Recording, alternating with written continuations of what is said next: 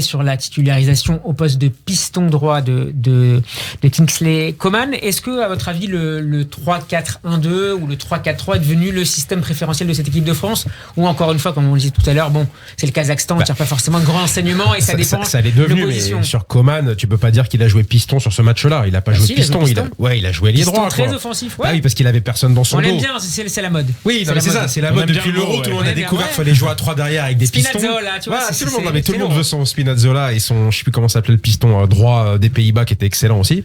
Qui joue au PSV, exactement. Dumfries qui a la terre c'est tout, c'est vraiment une encyclopédie ce mec. C'est vraiment impressionnant. On s'est battu, RMC était là. Je sais, puis finalement il est là. Mais voilà, tu peux pas dire sur ce match que on a trouvé le piston, que ça y est. Enfin, déjà, est-ce qu'on a trouvé le système, Maxime et Alexis? Tu l'as dit dans ta question, c'est le Kazakhstan en face. Donc Coman, il peut se permettre. On l'avait vu contre la Suisse à l'Euro, on l'avait vu contre la Belgique. Mais pas avec Coman à droite. Pas avec Coman. Non, mais déjà sur le système. Et puis après sur Coman. Et pas avec du coup les mêmes résultats. Donc en tout cas pour Pavard, je pense que un des enseignements, c'est que ça commence à appuyer pour Pavard, parce qu'on a enfin trouvé une alternative à Pavard avec ce match de Kingsley Coman. Mais je sais pas. Est-ce que c'est comparable justement? Est-ce qu'on peut comparer Coman, qui est donc un ailier offensif, à Pavard, à qui on demande autre chose? On peut peut-être aussi rappeler la chronique de Lizarazu. Jim, je sais pas si vous l'avez vu samedi, où il explique qu'on peut pas demander la même chose à un latéral droit de métier qu'un piston droit en termes de course, en termes de relais avec les partenaires autour d'eux. Mais en tout cas, ça résout le problème qui était le problème des latéraux français. On se disait que c'était là où le bas blessait pour l'équipe de France, et donc avec ce système-là, ça permet de passer outre ce problème, et en faisant plutôt appel à des systèmes de pistons, à Kingsley Coman, et sur la charnière gauche, les deux frères Hernandez qui ont pour le coup été, ils se connaissent comme des frères, quoi. Et c'est vrai que l'association a été super, quoi. Et ça permet de remettre Koundé à sa place, c'est-à-dire dans l'axe droit, et là ça devient un super joueur, parce qu'on l'a vu pareil à l'Euro où il était jeté à droite, le pauvre, c'était pas du tout son poste, ça s'est vu. Et donc pareil pour Pavard à l'avenir. À la base, c'est un défenseur axial. Est-ce qu'on pourrait voir Pavard dans l'axe? On l'a jamais vu dans l'axe en Bayern, équipe de France. Ouais, tu pourrais, tu pourrais éventuellement, si t'as un Coman qui est beaucoup plus haut, du coup tu peux fermer ton côté avec Pavard dans l'axe droit. C'est une option, mais il y a du monde dans l'axe quand même. Il y a du monde aujourd'hui dans l'axe. Les places sont chères. À la base, ta question, Steve, pour moi, c'est exactement la réponse au fait que Deschamps a appelé Totard Benzema, parce que pour moi, Deschamps, il voit avant l'Euro que le système qu'il avait à la base en 4-4-2, 4-3-3, c'est plus adapté par rapport à ses joueurs, par rapport à ce qu'ils font en club, par rapport à ça marche pas. Et c'est pour ça qu'il rappelle Benzema pour moi. Donc pour instaurer les trois centraux derrière. On voit alors qu'il le fait trop tard, parce que finalement, tous les manques qu'on peut lire et qu'on a dit déjà ici d'ailleurs. Et là, effectivement, on peut voir que face à une équipe comme le Kazakhstan, avoir un piston droit qui soit ailier droit, ça marche bien. Avoir face à une plus grosse équipe, de toute façon, Deschamps, c'est un pragmatique. Mais tu mets pas Coman, c'est sûr que tu mets pas Coman. Je suis pas sûr parce que en fait, le problème de Coman, surtout déjà, c'est les blessures. Parce que Coman, dès qu'il il est bon. C'était comme Diaby avant en équipe de France. Diaby, à chaque fois qu'il jouait, on adore, mais le problème, c'est que les blessures. Donc Coman, s'il est disponible, ça peut être une solution, parce que c'est un mec qui fait des efforts, qui court, qui est collectif. Donc ça sera intéressant de voir contre une grosse équipe. Le problème, c'est Coman, il est pas fiable. C'est pas un défenseur. Avec le risque d'un déséquilibre, c'est ce que disait aussi Lizarazu, c'est-à-dire que tu as un défenseur à gauche avec Théo Hernandez, puis tu as un attaquant à droite. Donc tu as un système qui est déséquilibré. Tu peux avoir des déséquilibres qui sont assumés, ça existe. Maxime? C'est difficile à dire, mais je pense que, en tout cas, qu'il a trouvé un système. Il va séduisant. On est à 1 an de la Coupe du Monde, donc il va pouvoir le tester avec plein de joueurs. Il reste encore pas mal de joueurs. Et je sais pas si c'était trop tard. En fait, par rapport à Benzema, je pense que c'était trop tard pour l'Euro, pour gagner l'Euro. Mais comme on a perdu l'Euro, on va gagner la Coupe du Monde. C'est ce qu'on espère. On va voir. C'est comme 2016-2018. Donc au final, je pense que c'était le bon moment. Et c'est pareil. On n'en parlait pas, mais en fait, quand j'ai vu la tête de Rabiot, je me suis dit c'est quand même marrant. Il y a un match de l'équipe de France avec Benzema et Rabiot. Ça paraît normal pour tout le monde, et en fait il y a 2 ans ça nous aurait paru totalement incongru, étant donné les affaires, et en fait on est passé à totalement autre chose, et tant mieux. Mais Rabiot, ça paraît toujours incongru, parce que même s'il joue à la Juve, il est quand même pas toujours très bon, il progresse pas, quoi. Ça qui m'inquiète. Alors Deschamps, moi j'aurais mis Chouameni. Tu vois, je suis surpris que Deschamps ait mis Rabiot. Je pense qu'il veut l'installer. Être titulaire demain contre la. Mais Deschamps, une fois qu'il donne sa confiance à quelqu'un, tu vois qu'il l'a fait avec des années avec Giroud, il le fait avec Griezmann qui là revient, mais qui n'était pas quand même pendant plusieurs années au top de sa forme. Là maintenant, Rabiot, on sent qu'il lui a redonné sa confiance, et tant mieux, parce que c'est quand même un super joueur. Il lui a pas fait de cadeau à l'Euro en le faisant jouer piston gauche, ce qui n'était quand même pas son poste non plus, même s'il a fait le taf. à certains endroits.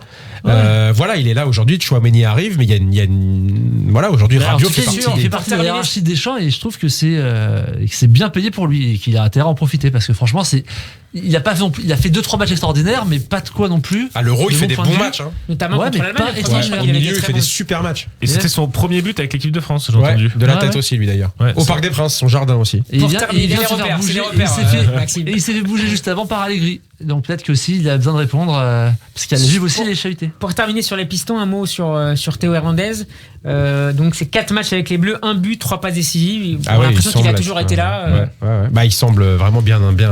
Il a un temps d'avance sur les Ferland Mendy. Il a mis du temps à venir, mais les Eric Dimeco. Ferland Mendy, oui, il y a qui derrière? Il y a qui derrière? On va parler de la liste. Il y a Lucadine. Et Lucadine, malheureusement, tu sens qu'il est là et le pauvre, il est là à sa place de remplaçant, quoi. C'est comme ça. Je sais pas pourquoi. C'est comme ça dans la hiérarchie des champs. Il est en dessous. Attention, en Angleterre, il a une super cote, Digne. Il fait des super matchs. Il n'avait pas été mauvais pendant l'Euro. Non, il a fait une passe d'aise d'ailleurs. Il y a une différence entre être bien coté et être un bon joueur, ce qui est Digne. C'est un très très bon joueur, mais être un top joueur mondial, il est un peu en dessous. Mais oui, bien sûr. Enfin, c'est. Mendy, pour lui, mais c'est comme ça. Pour Finlande-France, un match a priori sans enjeu. Qui est-ce que vous espérez voir titularisé? On attend un turnover assez important. Bah oui. Alors, mais qui, je sais pas, dis-moi, Chouameni.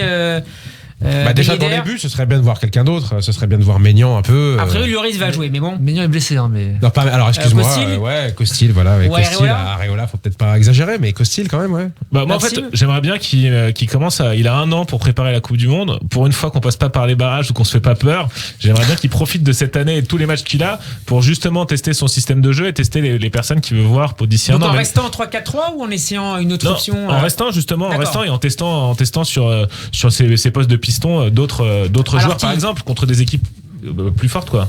Qui à droite? Voilà, il y a la Finlande, il n'y a pas Litmanen, donc bon, c'est assez limité. Donc ça, on a à peu près une équipe plus fermée. C'est le deuxième du groupe, quand même. Bon, c'est pas le Kazakhstan, mais je veux dire, c'est pas non plus un ogre européen. Non, mais tu joues à l'extérieur dans le froid, c'est quand même pas. Ça va pas être un match simple. On n'avait pas gagné contre l'année. Ça sera pas un match simple. Mais effectivement, c'est le moment de tester les autres qui sont là. C'est l'intérêt des matchs comme ça. Devant, je veux bien voir Ben Yedder, qu'on voit jamais, le pauvre. Sur la composition de la liste, il y a, on va dire, une quinzaine de joueurs sur 23 à peu près qui sont à peu près assurés d'y aller l'année prochaine. Sur les autres postes et les places disponibles, si on fait un petit tour d'horizon, les gardiens poste par poste, pardon. Au niveau des gardiens, par exemple, qui, à votre avis, entre, disons, Mandanda et Areola Mandanda, Costil, Areola. Sur la troisième place, il y a Mac Maignan sur la deuxième. Il est là, ça peut être entre Mandanda, Costil. Il joue pas. Pour Deschamps, oui, mais encore une fois, la logique de groupe pour Deschamps parfois peut l'emporter. Et pour qu'il vienne comme 3e gardien, pourquoi pas? Il y a un sens aussi à transmettre à Maignan. Il y a un sens, ça donnerait un sens. Après, oui, si tu prends la logique terrain, c'est Costil ou c'est Areola. Il fait pas non plus une saison incroyable. Il est titulaire dans son club. Dans ce cas-là, mais Areola, ça me ferait plaisir qu'il y soit. Malgré la difficulté de sa carrière, il arrive à retrouver un club, à jouer, à être bon à West Ham. Donc ça peut par la suite. Maxime, sur les gardiens. Dans la construction d'un groupe, le 3e gardien, il est très important pour pas être justement. Charbonnier, pense à Charbonnier. C'est pour ça qu'en général, tu prends un ancien. Quel était le rôle de Charbonnier? En fait, j'étais en train de réfléchir à quel était le rôle de Charbonnier en 98. D'être sympathique, d'être sympa d'entre deux. Parce que c'était même pas un Adil Rami. Donc au final, je me demande si chez Costil, il va pas chercher. Puis d'appuyer, je pense, psychologiquement le titulaire. J'imagine que c'est ça aussi, et qui va pas trop l'emmerder, ouais. Enfin, qui va pas du tout l'emmerder. S'entraîner, le mettre dans les conditions. C'est ça. Et Costil, pour moi, me semble plus à même de faire ça qu'un Areola, qui, dans la force de l'âge, peut se sentir dans la concurrence. C'est difficile d'être 3e gardien. Quand tu sais que tu vas passer, après, tu te dis très très peu de chance. Franchement, que ce soit pour Costil ou Areola, ce sera magnifique d'être là, sincèrement. Areola déjà champion du monde, donc.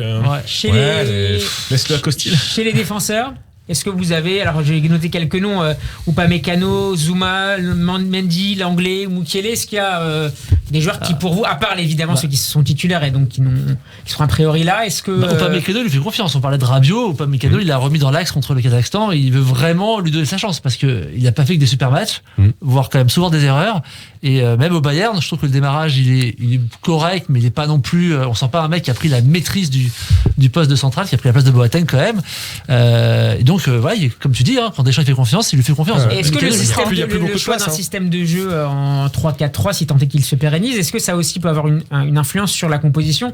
Par exemple, on parle beaucoup des pistons et il y a la hype Klose et autres. Klose, le Lensois. ça a forcément une incidence sur le choix notamment des pistons, en l'occurrence. Le choix des pistons et le choix des centraux, parce qu'il en faut du coup plus de centraux. Par rapport à ta question d'avant, moi, en fait, j'aimerais bien c'est-à-dire qu'on a une défense quand même très jeune, avec Koundé ou Upamecano. Je sais pas combien ils ont chacun de sélection. Je pense qu'ils ont moins de 10 tous les deux, en comptant tous les deux. Du coup, ce serait pas mal que eux, pour qu'ils gagnent un peu de confiance, qu'ils gagnent en automatisme. J'ai pas trop regardé. Je pense que c'était pas trop le match de Kazakhstan pour garder leur automatisme en défense. Mais oui, après il y a Varane, il y a Kimpembe, il y a Varane qui sont là. Zuma est en général là, il y a parce qu'il a la certainement confiance du coach. Lucas Hernandez est là. Il reste plus grand monde. Il reste peut-être et Pavard qui peut jouer à droite et dans l'axe. Pavard qui est dans la liste, bien sûr. Donc derrière, franchement, il reste.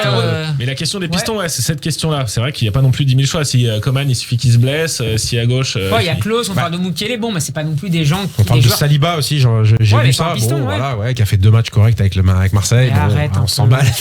Ok, non, qui fait une bonne saison. Parmi les milieux de terrain, Tolisso, Guendouzi, Camavinga. C'est fini pour eux. Enfin, pas Guendouzi, il y a peut-être un temps d'avance sur les deux autres, mais. Camavinga, ça a l'air compliqué. Alors franchement, je l'ai peu vu au Real Madrid.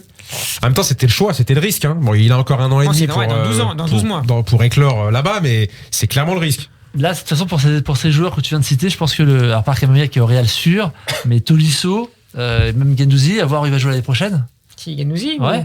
Pourquoi tu as des infos? Tolisso, non, j'ai pas d'infos, mais même Tolisso, au Bayern, apparemment, ils veulent le vendre. Tolisso va s'en aller, qui est plus âgé, il est beaucoup plus âgé que Guendouzi. Il est pas si vieux, Tolisso. Il est plus âgé, mais il est pas. Je crois qu'il a 30 ans. Même pas, je pense pas, juste 30 ans, quoi. Non, juste 30 ans, je pense, ouais. Non, mais si t'ajoutes les autres derrière, Pogba, Kanté, il reste très très peu de place. Mais franchement, je pense qu'il reste très très peu de place. Tolisso au top niveau, c'est très fort. Bien sûr. Nkunku, bravo, exactement. Ça, c'est quelqu'un qu'on a envie de voir. J'aimerais bien le voir, moi. Ça, c'est quelqu'un qu'on a envie de voir parce depuis qu'il est arrivé en Allemagne, pour le coup, lui, il a éclos de manière impressionnante, de manière physique, tactique, technique. C'est incroyable. Au PSG, on avait vu des bonnes choses, ça c'est sûr. Mais là, il a pris une dimension incroyable. Et pourtant, devant. Il joue comme attaquant d'ailleurs. Il joue attaquant. Et franchement, c'est assez impressionnant. Diaby, qui est quelqu'un de génial, et qui permet. Donc pour vous, Nkunku, Diaby pour les attaquants, Dembélé, on écarte. Il est temps de l'écarter. Marcus Thuram. Non, mais c'est des noms qui reviennent souvent. Oui, mais il est temps, Dembélé. Maxime, là par contre, on est 1 an avant. Là, c'est trop. C'est des joueurs qui peuvent revenir. Bien sûr. Comme disait Maxime, s'ils font un bon match, après on va dire il faut qu'ils y soient, c'est tout. Non, mais il y a une tendance, disons. Il y a une grosse tendance qui est un renouvellement, mais je pense qu'il a tout intérêt à renouveler un peu son effectif. C'est pour ça que je pense que Ousmane Dembélé, je vais pas dire qu'il est fini pour le football, mais là on a encore vu que c'est le premier qui arrive au premier entraînement avec Xavi, il arrive avec 2 minutes de retard. C'est le seul qui arrive avec 2 minutes de retard, alors que Xavi avait mis un système en place. C'est pas qu'il est récupérable, on sait jamais. Si tu le dis dans le foot, peut-être que dans 1 an, ça sera le mec qui va marquer le but en finale de Coupe du Monde. Mais je pense que c'est pas mal. On a une grosse génération qui arrive, et c'est le moment pour Deschamps d'installer cette nouvelle génération et d'insuffler un peu un vent nouveau. C'est ce qu'il avait voulu faire avec Benzema avant l'Euro, c'était un peu trop tard. Réinsuffler un peu un vent de dynamisme. Là, il a toute une équipe de jeunes qui peut intégrer au groupe pro, enfin au groupe France, et je pense que c'est sur eux qu'il doit se baser pour le Qatar 2022.